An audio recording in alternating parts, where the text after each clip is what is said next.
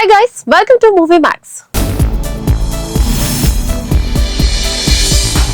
రామాయణం కాలకేయులతో బాహుబలి కాలకేయుల కనెక్షన్ ఇదేనా? భారతీయ ఇతిహాసాలలో కాలకేయులు లేదా దానవ వంశం అనే ప్రస్తావన చాలా ప్రాచీనమైనది. ఇటీవల రామాయణం ట్రైలర్ విడుదల కాగా ఇందులో కాలకేయ రాజు దానవుడిగా పరిచయం అయ్యాడు వివేక్ ఒబెరాయ్. దీంతో మరోసారి సినీ ప్రియులు బాహుబలి చిత్రంలోని కాలకేయను గుర్తు చేసుకున్నారు. కిలికి భాషతో భీకరమైన రూపంతో జుడిపించే క్రూరుడైన కాలకేయ బాహుబలి పైన మాహిష్మతి పైన దండెత్తుతాడు. అదే క్రమంలో బాహుబలితో భీకరమైన యుద్ధం గురించి తెలిసిందే. అయితే ఆ కాలకేయుడితో ఇప్పుడు వస్తున్న రామాయణం కాలకేయకు సంబంధం ఏంటి అంటూ ప్రజలు ఆరాలు తీస్తున్నారు. దీని వివరాల్లోకి వెళ్తే నిజానికి రామాయణంలో రావణాసురుడితో కాలకేయ వంశానికి నేరుగా సంబంధ బాంధవ్యాలు ఉన్నాయి. కాలకేయ వంశానికి చెందిన అత్యంత పరాక్రమవంతుడైన విద్యుజ్జిహ్వ వివేక్ ఒబెరాయ్ అనే రాక్షస యోధుడు రావణాసురుడి చెల్లెలైన శూర్పణఖను వివాహం చేసుకుంటాడు. ఆ రకంగా రావణాసురుడికి బావమర్ది బావ అయిన వీరిద్దరి మధ్య తీవ్రమైన అధికార ఆధిపత్య పోరు శత్రుత్వం ఉండేది. చివరికి రావణుడి చేతిలోనే విద్యుజ్జిహ్వ హతమవుతాడు. అయితే ఎస్ఎస్ రాజమౌళి ప్రతిష్టాత్మకంగా తెరకెక్కించిన బాహుబలి చిత్రంలో చూపించిన కాలకేయ తెగకు రామాయణంలోని ఈ కాలకేయ వంశానికి ఏదైనా సంబంధం ఉందా అనే ఆసక్తికరమైన చర్చ ఇప్పుడు హీట్ పెంచుతుంది. పురాణాల ప్రకారం దక్ష ప్రజాపతి కుమార్తె అయిన ధను కశ్యప మహర్షి సంతానాన్ని దానవులు అంటారు.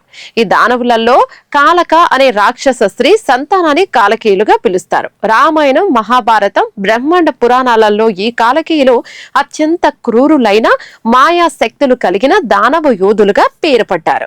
వీరు దేవతలకు మానవులకు నిరంతరం సింహస్వప్నంగా మారేవారు. ఈ పౌరాణిక నేపథ్యాన్ని ప్రాతిపాదికగా తీసుకుని తమ ఉనికి కోసం దండయాత్రలు చేసే ఒక క్రూరమైన తెగగా రామాయణంలోని విద్యుజ్జిహ్వ లాంటి పాత్రలను మన వేదాలు సాహిత్యంలో చిత్రించారు. ఇక రాజమౌళి బాహుబలి సినిమా విషయానికి వస్తే ఈ చిత్రంలో చూపించిన కాలకేయుల సైన్యం సంపూర్ణంగా పౌరాణిక ఇతిహాసాల్లోని కాలకేయ వంశం ఆధారంగా రూపుదిద్దుకున్నదే. రాజమౌళి రచయిత విజయేంద్ర ప్రసాద్ పౌరాణిక కాలకేయుల స్వభావాన్ని హింసాత్మక వైఖరి, క్రూరత్వం, వినాశకర మనస్తత్వం తీసుకొని బాహుబలి ఫిక్షన్ ప్రపంచానికి అనుగుణంగా దానికి ఒక కొత్త చిత్రీకరణ ఇచ్చారు. సినిమాలో కాలకేయ రాజు కాలకేయ కిక్కన్ మాట్లాడే కిల్కీ భాష, వారి విచిత్రమైన ఆచారాలు, సినిమాటిక్ కల్పన అయిన ఆ పాత్రల మూలాలు, రాక్షస లక్షణాలు మాత్రం పురాణాల్లోని కాలకేయ దానవుల నుంచే ప్రేరణను పొందాయి. రామాయణంలో రావణాసురుడికి భావగా ప్రత్యర్థిగా కనిపించే విద్యుజ్జిహ్వ వంశమైన కాలకేయులు, బాహుబలిలో మాహిష్మతి రాజ్యంపై దండయాత్ర చేసే కాలకేయులు వేర్వేరు కాలఘట్టాలకు చెందిన వారైనా వారి పౌరాణిక మూలం మాత్రం ఒకటే. ఇతిహాసాల్లో రామాయణ కాలంలో రావణుడి చేతిలో భంగపడ్డ లేదా మహాభారత కాలంలో అర్జునుడి చేతిలో అంతమైన దానవ గుంపులు లేదా గ్రూపులని రాజమౌళి తన బాహుబలి చిత్రంలో మాహిష్మతి రాజ్యానికి నిజమైన విలన్లుగా అద్భుతంగా ఆవిష్కరించారు. ఈ విధంగా రామాయణంలోని పౌరాణిక కాలకేయులకు బాహుబలి సినిమాటిక్ కాలకేయులకు స్పష్టమైన మూలాల లింకు ఉంది. అయితే రాజమౌళి విజయేంద్ర ప్రసాద్ ఫిక్షన్ ని మించి ఇప్పుడు నితీష్ తివారీ తన రామాయణంలో కాలకేయుల పాత్రలను మలిచారనే భావిద్దాం. దక్షిణాది సినిమాలో చాలా తక్కువ సమయంలో గొప్ప పర్ఫార్మర్ గా పేరు సంపాదించి కల్ట్ ఫాలోయింగ్ తెచ్చుకున్న కథానాయిక సాయి పల్లవి. తొలి సినిమా ప్రేమంతోనే ఆమె ఎలాంటి ముద్ర వేసిందో తెలిసిందే. అందులో నటించిన అనుపమ పరమేశ్వరన్, మడోన్నా సెబాస్టియన్ తనకంటే అందంగా ఉంటారు. కానీ ఆ సినిమాలో వాళ్ళకు మించి హైలైట్ అయ్యింది. అందరి దృష్టిని తన వైపు తిప్పుకుంది సాయి పల్లవినే. ఆమె ఆ సినిమాతో ఏ స్థాయిలో ఫాలోయింగ్ సంపాదించిందంటే తెలుగులో తన పాత్రను శృతి హాసన్ కు ఎంపికైనప్పుడు తీవ్ర వ్యతిరేకత వచ్చింది. అప్పటికే పెద్ద స్టార్ అయిన శృతిని ఈ పాత్ర కోసం తీసుకుంటే ఒరిజినల్ చూసిన వాళ్లకు అది రుచించలేదు. తెలుగులో కూడా సాయి పల్లవిని ఆ పాత్ర చేయాలని డిమాండ్ చేశారు. అయితే రీమేక్ లో నటించడం ఇష్టం లేక ఆ సినిమా చేయని సాయి పల్లవి ఆ తర్వాత నేరుగా ఫిదా సినిమా చేసి ఎంత మంచి గుర్తింపు సంపాదించిందో, తెలుగుతో పాటు తమిళంలోనూ ఎలా ఎదిగిందో తెలిసిందే. తాను చేసే ఏ పాత్రకైనా ఒక ప్రత్యేకతను తీసుకొస్తుందని, ఆ పాత్ర బలం పెంచుతుందని సాయి పల్లవికి ఒక పేరుంది. అలాంటిది కెరీర్ లో తొలిసారిగా ఒక పాత్రకు ఆమె సూట్ కాలేదంటూ విమర్శలు రావడం ఆశ్చర్యాన్ని కలిగించే విషయం. రామాయణంలో సీత పాత్ర విషయంలో ఇలాంటి వ్యతిరేకతను ఎదుర్కొంటోంది సాయి పల్లవి. ఈ పాత్రకు సాయి పల్లవిని ఎంపిక చేసినప్పుడు అందరూ సైలెంట్ గానే ఉన్నారు. కానీ తర్వాత నెమ్మదిగా అభిప్రాయం మారుతూ వస్తుంది. ఇప్పుడు ట్రైలర్ లాంచ్ అయ్యాక విపరీతమైన వ్యతిరేకతను ఎదుర్కొంటోంది Sai Pallavi. North Indian audience అయితే సీతగా సాయి పల్లవిని అస్సలు అంగీకరించడం లేదు.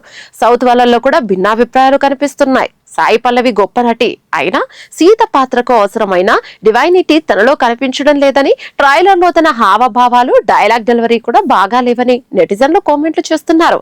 అయితే గతంలో ఒక ఇంటర్వ్యూలో భాగంగా మనకు మన సైన్యం గొప్ప అన్నట్లే పాకిస్తాన్ వాళ్ళకు వాళ్ళ సైన్యం గొప్ప కదా అంటూ సాయి పల్లవి చేసిన ఒక కామెంట్ దేశవ్యాప్తంగా చర్చనీయాంశమైంది. అప్పుడు ఆమె మీద యాంటీ నేషనల్ ముద్ర వేసి అప్పటి నుంచి ఒక వర్గం ఆమెను టార్గెట్ చేస్తోందని, ఇప్పుడు కూడా ఆ వర్గమే ఆమె మీద నెగటివిటీని స్ప్రెడ్ చేస్తోందని, సినిమా రిలీజ్ అయ్యాక తన మీద నెలకొన్న సందేహాలన్నింటికీ సాయి పల్లవి సమాధానం చెబుతోందని ఆమె మద్దతుదారులు అభిప్రాయపడుతున్నారు. తమిళ హీరో కార్తీ ప్రధాన పాత్రలో పిఎస్ మిత్రన్ దర్శకత్వంలో తెరకెక్కుతున్న spy thriller movie Sardar 2 teaser విడుదలవుతూనే సినీ ప్రియులలో ఒక ప్రత్యేకమైన ముద్రను వేసింది. సర్దార్ మొదటి భాగం బ్లాక్ బస్టర్ విజయాన్ని సాధించడంతో ఈ సీక్వెల్ పై భారీ అంచనాలు నెలకొనగా అందుకు ఏమాత్రం తగ్గకుండా టీజర్ సరికొత్త యాక్షన్ విజువల్స్, పవర్ఫుల్ డైలాగ్స్ తో ప్రేక్షకులను మెప్పించింది. ఈ టీజర్ లో ముఖ్యంగా చెప్పుకోవాల్సింది ఎస్జే సూర్య పాత్ర. అతడు చెప్పే వాయిస్ ఓవర్ రక్తి కట్టిస్తోంది. ఇద్దరు స్పైలు తండ్రి కొడుకు. తండ్రి ఒక కంట్రీ బ్రూట్ కానీ చాలా బలవంతుడు, జీనియస్. కొడుకు కూల్ గాయ్ కానీ చాలా టఫ్ గాయ్ అంటూ కార్తీ పోషించిన రెండు విభిన్న పాత్రల స్వభావాన్ని ఎస్జే సూర్య వాయిస్ ద్వారా రివీల్ చేసిన తీరు ఆకట్టుకుంది. అంతేకాకుండా ఈ షో నడిపించేది వాళ్ళే కావచ్చు, కానీ షో స్టీలర్ మాత్రం నేనే. టెక్నికల్ గా నేనే మంచివాణ్ణి, వాళ్ళే చెడ్డవాళ్ళు. మరి ఈ పోరులో నెగ్గేది ఎవరు అంటూ ఎస్జే సూర్య అందించిన విలనిజం షేడ్స్ సినిమాపై ఆసక్తిని రెట్టింపు చేశాయి. కార్తీ, ఎస్జే సూర్య మధ్య సాగే మైండ్ గేమ్ తో పాటు హై వోల్టేజ్ పోరాట ఘట్టాలు సినిమాకు ప్రధాన బలంగా నిలవనున్నాయి. సాంకేతిక పరంగా చూస్తే మూవీలో సంపూర్ణంగా స్పై ఆరాను ప్రతిబింబించేలా సామ్ సిఎస్ అందించిన బ్యాక్గ్రౌండ్ స్కోర్, విజువల్స్ టీజర్ ను మరో స్థాయికి తీసుకెళ్లాయి. కార్తీ డిఫరెంట్ గెటప్ లు, హై స్పీడ్ చేంజింగ్ లు, భారీ పేలుల దృశ్యాలు, ప్రొడక్షన్ వాల్యూస్ ఎంత హైగా ఉన్నాయో చూపిస్తున్నాయి. మాలవిక మోహనన్, ఆశిక రంగనాథ్, యోగి బాబు వంటి ప్రముఖ నటీనటులు కూడా కాస్టింగ్ లో భాగం కావడం ప్రాజెక్టు స్థాయిని పెంచింది. మొత్తానికి the hunt just got bigger అనే క్యాప్షన్ కు తగ్గట్టే సర్దార్ 2 టీజర్ ప్రతిక్షణ ఉత్కంఠభరితంగా సాగింది. PS Mithran mark spy elements తో పాటు పవర్ ఫ్యాక్టర్ యాక్షన్ తో రూపొందుతున్న ఈ చిత్రాన్ని సెప్టెంబర్ 10, 2026 థియేటర్లలో భారీ స్థాయిలో విడుదల చేయడానికి మేకర్స్ సన్నాహాలు చేస్తున్నారు. 100 కోట్ల క్లబ్ లో మీడియం రేంజ్ సినిమాలు. ఒకప్పుడు అగ్ర హీరోల భారీ బడ్జెట్ చిత్రాలు పాన్ ఇండియా సినిమాలకే పరిమితమైన 100 కోట్ల క్లబ్ రికార్డును ఇప్పుడు మీడియం రేంజ్ సినిమాలు కూడా సులభంగా అందుకుంటున్నాయి. కొంతకాలంగా బాక్స్ ఆఫీస్ సమీకరణాలు వేగంగా మారుతున్నాయి. ఒకప్పుడు అగ్ర హీరోల భారీ బడ్జెట్ చిత్రాలు పాన్ ఇండియా సినిమాలకే పరిమితమైన 100 కోట్ల క్లబ్ రికార్డులను ఇప్పుడు మీడియం రేంజ్ సినిమాలు కూడా సులభంగా అందుకుంటున్నాయి. స్టార్ హీరోల ఇమేజ్, మార్కెట్ తో సంబంధం లేకుండా బలమైన కథాబలం, కొత్త దానంతో వస్తున్న చిత్రాలు బాక్స్ ఆఫీస్ వద్ద అద్భుతాలను సృష్టిస్తున్నాయి. ఈ సరికొత్త ట్రెండ్ టాలీవుడ్ పరిశ్రమలో సరికొత్త చర్చకు దారితీస్తుంది. ఇటీవల విడుదలైన మా ఇంటి బంగారం, లెనిన్, అనగనగా ఒక రాజు, చెన్నై లవ్ స్టోరీ వంటి మీడియం రేంజ్ సినిమాల బాక్స్ ఆఫీస్ వద్ద ఎలాంటి అంచనాలు లేకుండా వచ్చి సంచలన విజయాలను నమోదు చేశాయి. ఈ చిత్రాలన్నీ కూడా పెద్దగా హడావిడి లేకుండా ప్రేక్షకుల ముందుకు వచ్చిన మౌత్ టాక్ సహాయంతో బాక్స్ ఆఫీస్ వద్ద కలెక్షన్ల వర్షాన్ని కురిపించాయి. వారాంతంలోనే కాకుండా లాంగ్ రన్ లో నిలకడైన వసూళ్లను సాధించి ట్రేడ్ వర్గాలను సైతం ఆశ్చర్యపరిచాయి. స్టార్ పవర్ అనేది ఓపెనింగ్స్ ను మాత్రమే తెచ్చిపెడుతుంది, కానీ సినిమాను నిలబెట్టేది మాత్రం కంటెంటేనని ఈ సినిమాలు మరోసారి నిరూపించాయి. కథలో దమ్ముంటే ప్రేక్షకులను భావోద్వేగాల పరంగా కనెక్ట్ చేయగలిగితే ఆడియన్స్ ఎప్పుడూ ఆదరిస్తారనేది మరోసారి రుజువైంది. చిన్న మీడియం బడ్జెట్ తో తెరకెక్కిన ఈ చిత్రాల్లో కొన్ని 100 కోట్ల వసూల మైలురాయిని దాటడం ద్వారా దర్శక నిర్మాతలకు కొత్త ఉత్సాహాన్ని ఇస్తున్నాయి. ఈ విజయం వెనక దర్శకులు, రచయితలు ఎంచుకుంటున్న సరికొత్త కథాంశాలు, సహజమైన పాత్రలు కీలక పాత్రను పోషిస్తున్నాయి. కమర్షియల్ హంగుల కంటే కూడా బలమైన భావోద్వేగాలు, బలమైన స్క్రీన్ ప్లే ఉంటే ప్రేక్షకులు సినిమాను నెత్తికెత్తుకుంటారని ఈ చిత్రాల విజయాలు స్పష్టం చేస్తున్నాయి.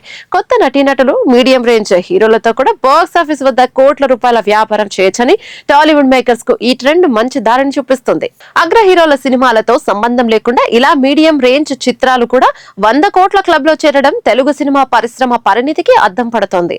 ప్రేక్షకుల అభిరుచులు మారుతున్నాయని, రొటీన్ కమర్షియల్ ఫార్ములా కంటే డిఫరెంట్ కంటెంట్ సినిమాలకి ప్రేక్షకులు ఎక్కువ ప్రాధాన్యత ఇస్తున్నారని ఈ సన్నివేశంతో మరోసారి స్పష్టమవుతుంది. రాబోయే రోజుల్లో చిన్న చిత్రాల నిర్మాతలు కూడా మరింత ధైర్యంగా ప్రయోగాలు చేయడానికి ఈ రికార్డులు ఎంతో దోహదపడతాయి. టాలీవుడ్ లో కంటెంట్ కింగ్ అనే నానుడి మరోసారి నిజమైంది.